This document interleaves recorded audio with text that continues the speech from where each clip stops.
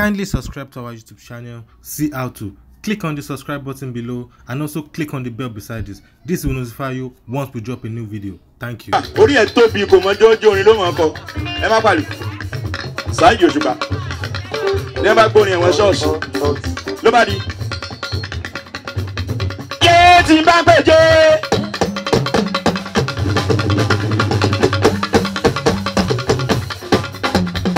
Àti bá gbè Jésù. Jehovah Rabbi. El Shaddai. Àti Jehovah Nisi. Jehovah Nisi. Mo mẹ́rin tí mò ń sìn o. Òun gangan nìkan. Mi ní sẹ́lómi mọ̀ sẹ́. Òun gangan nìkan. Mi ní sẹ́lómi mọ̀ sẹ́. Òun gangan nìkan. Ẹjọ́ mi ní time díẹ̀díẹ̀. Ẹ má pàlọ́. Ẹ má pàlọ́. Ẹ má pàlọ́. Ní ẹ má gbóni Wasiu Ayinde padà wọ ṣọ́ọ̀ṣì. Lódì. Ẹ̀yin bàbá ẹ má pẹ́ wá.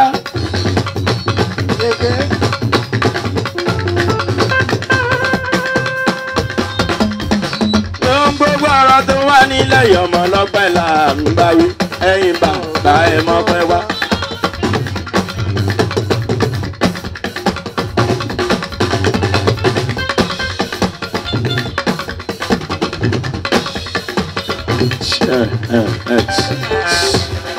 Ẹ jọ kò sí time. Wasiu Ayinde bàdá yẹn ń pa bàbá irọ́. K1 oh God K1 ẹ̀sà ààrẹ K1 mo rí kọ o. He simplified music, particularly Fuji music, but wọ́n ń pa bàbá irọ́. Oh God, let me prove it to you. Ẹ mọ̀ bí àwọn para máa kó lọ. Ayinde he simplified music. Ayinde Wasiu mi ò máa ní fowó jẹ. Tarara pororo pẹ́ńpẹ́ń dídí pẹ́ńpẹ́ń pororo dídí pẹ́ńpẹ́ń. Calm down. Ayinde Wasiu mi ò máa ní fowó jẹ. Wasiu Ayinde ẹ wá proof fún yín bó wọn ṣe lónìí lókà gbogbo tó ti kọrin dé ni ó sọ fún yín.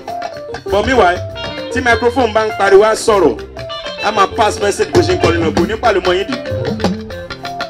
Engineer kí ló dé náà o microphone yìí ń pariwo fún mi ní treble díẹ̀ mo lè là mọ́lẹ̀ tí n bá là mọ́lẹ̀ ìgbésẹ̀ tí ẹ ní òun ìgbésẹ̀ tí ẹ ní. Ayinde mi wá sí o igi jẹ́ ọ̀sán ní ìdíjà ní ẹ̀bá mi nù.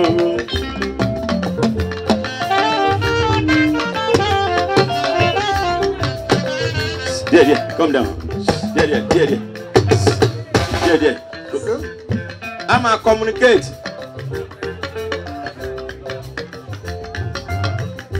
Ẹ gbọ́ díẹ̀. Ṣé ibi tí Wasiu Ayinde ẹ máa gbọ́ ohun tó ti ń parọ́ rẹ o. K1 wọ́n wá analyse wọ́n sọ gbogbo ibi tí wọ́n ti kọrin dé. Wọ́n ò ní fẹ́ kẹ́ ẹ máa rò pé lórin local làwọn. Ẹ máa gbọ́ o ẹ máa fọkàn bá mi lọ o. Wọ́n ní àná làwa ní Amsterdam. Ìjẹta làwa ní London. Ọ̀sẹ̀ tó kọjá Amẹ́ríkà làwa o. Ayinde mi wá sí o. Igi jẹ́ gẹ́gẹ́. Ó ní àná làwọn wà ní London. Àná Amsterdam. Ìjẹta London. Ọ̀sẹ̀ tó kọjá Amẹ́ríkà. Ibi tí wọ́n ti ń kúrọ́ rẹ o. Tí Jambed bá gbé owó déwájú wọn. Láṣẹ Jambed ó tẹ̀ mí. Máa ń gbẹ́sẹ̀ lọ́kọ̀ọ̀kan. Àwọn Ayinde mi wá sí o. Igi jẹ́ gẹ́gẹ́. Ẹ mọ̀ kó ṣì ń da. Irọ́ bẹ̀rẹ̀ tí wọ́n bá rí bọ̀ǹdù lọ́wọ́ Jambed. Wọ́n ní bá a bá ṣe ni lórí ọpẹ́ làdá aláṣẹ Jambed ẹ kú náwó mi àná ló ní pàánù èkó. Ẹni tó lòun wà l'Amsterdam lánàá. Díẹ̀. Ṣẹ́rí pé wọn àwọn ń ṣe bàbá ṣìnà bọ́tẹ́ ẹ̀ nímọ̀. Tí wọ́n bá fẹ́ ṣe ṣìnà yẹn wọ́n á pe former manager wọn. Wọ́n ní Percy yẹ́ ọmọdé mo kò súnmọ́ mi níbi tó bá ń gbọ́ mi anytime àwo ló ń pèrè àwo. Wọ́n ní Percy yẹ́ ọmọdé mo kun ọwọ́ mi ní owó máa wo gèlè lemon wò lórí blue black eléyìí yóò gbọ́dọ̀ lọ yóò Ayinde mi o. Eléyìí yóò gbọ́dọ̀ lọ Ayinde mi o. Jẹ́ kó ṣàwọ̀ Ayinde o. Jẹ́ kó ṣàwọ̀ Ayinde o. Ayinde wá sí i. Jẹ́ kó ṣàwọ̀ Ayinde wá sí i. jẹ́ kó ṣàwọ̀ Àyìndé o Àyìndé Wasiu. Bàdàbí yẹn bá ń travel tó bá bímọ sọ́nà Abíọ́nà ló bí báńtì ìbẹ́ bímọ sórí stage àbí sórí stage ni. All right, we are bending forward à ń tẹ̀síwájú. Gbogbo àwọn olórin tá à ń retí lọ́kọ̀ọ̀kan ìjèjì wọn ó dé traffic tó wà ń gbòòrò lé ó burú. Once again, my name is Dr. Abdulyomi Mate. Ifanka hallelujah. Ẹ̀bọ̀rọ̀ ọmọ tí gbénu rédíò dóyànmúyànmú. The powerful voice behind the microphone. Yeah. Ẹ fún látẹ̀wọ́. She has just day. Ó ṣẹ̀ṣẹ̀ dé ni. Ẹ fún látẹ̀wọ́ dáadáa. Ó mi jẹ́ ojú mi ń bèrè àánú rẹ̀ bàbá. Ẹni tó gbọ́n nígbà tó ń kọ níbi wedding kan ni. Bàbá ẹni tí ọmọ rẹ̀ ń ṣe wedding yẹn lẹ̀ lówó gan bọ̀ tó láhùn. Bọ̀ tó ti wá gbọ́ weak point bàbá yẹn pé bàbá yẹn fojú rí i pé èèyàn ń sunkún. Bó ṣe ń kọrin tó ń kọ táwọn èèyàn ń jó tí wọ́n náwó. Tí bàbá yẹn kàn dìde wọ́n kàn ó mi jẹ́ ojú mi ń bèrè àánú rẹ̀. Bàbá yẹn kàn ní sorry singer sorry what do you need what's the problem? I need ọmọ boss ọkàn fún ọmọ boss ni ẹ fún un látẹ̀wọ́ dáadáa. Yeah, I don't know if you know. Bùnmi Akínàánú omi jẹ́ ojú mi please throw your hand. Juwọ́ sáwọn èèyàn. Let people saw you or see you. Sorry, ẹ má bínú. English máa ń rọ̀ mí lọ́rùn láti sọ. Yorùbá ló máa ń difficult díẹ̀. Èèbó lẹ̀ ń wo èmi ìgbéraga ni. If I spoke English, I speak English. I spark English, I spoke. Sẹ́rí Ọlọ́run kí àwọn Ìjẹ̀bú gan. Èdè wọn ó ní present tense, past tense àti past participle. Wọ́n ní ṣé o ti pọ̀ iná rí mo fọ́ kó pa yẹn. Àbọ̀ yẹ mo ti kú pápọ̀ kù.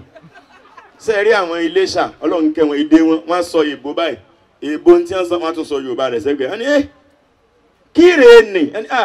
Yóò mọ̀mọ́ mi òjò rẹ̀ ní òjò rẹ̀. Sẹ́rí àwọn Èkìtì Ọlọ́run kẹ́ àwọn náà ìlú tọ́rẹ́ mi ti wá nù. Àwọn Ìgbò àwọn councillors wọ́n ṣe meeting wọ́n ní Ìgbò ti pọ̀jù lọ́rọ̀ àwọn Èkìtì. Àwọn ni wọ́n kàwé jù. Fountain of kíni ní tọ̀dọ̀ wọn náà. Fountain of ẹni ṣùgbọ́n wá ní meeting wá o ọmọ Èkìtì tó bá fẹ́ gba visa lọ ìlú òyìnbó tí ó bá lè sọ èdè ìlú ẹ̀ orúkọ ìlú ẹ̀ léèbó kò ní gba visa. The first person to call dọ́dọ̀ consular. Èbó you welcome o and you welcome you want to go to my country yeah. Èbó ni you are from where? I'm from Èkìtì ere Èkìtì lere. Where in Èkìtì? I'm from Ìyìn Èkìtì. Èbó ni Ìyìn Èkìtì. Could you say that in English? Yeah, I'm from Praise Èkìtì. Èbó kan fún visa ni go 2 years. The next person is Ebo, you welcome. Good morning, oh. Ebony, how are you? You welcome. Good to see you. You want to go to my country? Yeah. Ebony, you're from where? I'm from Ekiti. Ebony, where in Ekiti? Only I'm from Oye Ekiti. Ebony, Oye Ekiti. Could you say that in English? Yeah, I'm from Amatan Ekiti. Ebo come from visa ni go 2 years. Any kind of day? I'm from Ekiti. Ebo visa here. Ebony, what do you mean by? You want to go to my country? Yeah. Ebony, you're from where? I'm from Ekiti. Ebony. You are from where? I'm from Aramoko Ekiti. Ebony Aramoko Ekiti. Could you say that in English? Yeah. I am from Body Knows Husband Ekiti. Ebony Body Knows Husband. Hey, go 2 years visa. I want to collect visa now. Ebo. Ebony, what do you mean? You're from where? I'm from Ekiti. Ebony, where?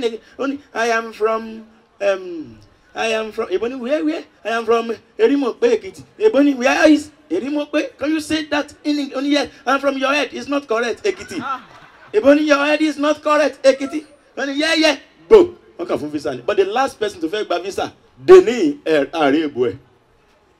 Ebo ti fún visa, but one refuse. One to mali rebo. Go ask one from visa. Only I'm from Ekiti. Ebony, you are from Ekiti. You welcome. You want visa? Only yeah. You want to go to my country? Only yeah. Ebony, you are from where? I'm from Ekiti. Ebony, we are in Ekiti. Only I'm from Ado Ekiti. Ado Ekiti. So who can tell me Ado Ekiti in English? Ado Ekiti. Ado Talome Ebore Koso Ado Ekiti. Ado Ekiti. I don't know. Yeah, please put your hands together for yourselves. Thank you so much for watching our videos. And importantly, you need to subscribe because we drop videos almost every day. You have to subscribe. There's a circle here written Gua TV. Click on it. You see a subscribe button. Click on the subscribe button. That's so that if you have a big show coming up, any event, you can call us.